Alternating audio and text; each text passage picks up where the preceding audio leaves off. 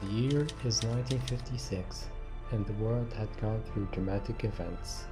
From one side, the Cold War between the Soviet Union to the east and the cradle of democracy, the United States, is at all times high. But from the other side, a number of independence movements have sprung up from the African continent. And in our case, Tunisia, which had signed the Interdependence Accord 1 year prior and finally getting full independence in 1956.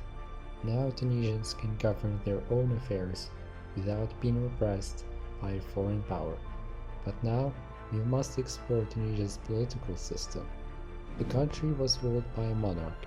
At the head of it was Lamine Bey, and the word Bey is often used by the rulers of Tunisia to symbolize their status. But Lamine's role was only ceremonial, as it was overshadowed by the Council of Deputies that was created shortly after independence, and most importantly, the Prime Minister Habib Bourguiba, who despised the monarch, accusing Lamine and the Hassanid dynasty for being the main reason behind the loss of the country's sovereignty to the French, and thus he proposed a motion to the council, which was accepted. نتخذ باسم الشعب القرار التالي النافذ المفعول حالا.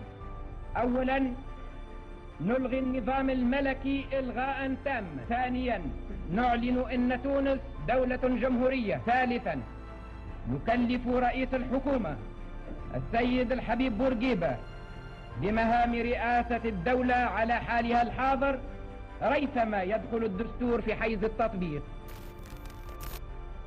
And just like that, 252 years of Hassanid rule over Tunisia has ended, and now Bourguiba can shape Tunisia into his own image.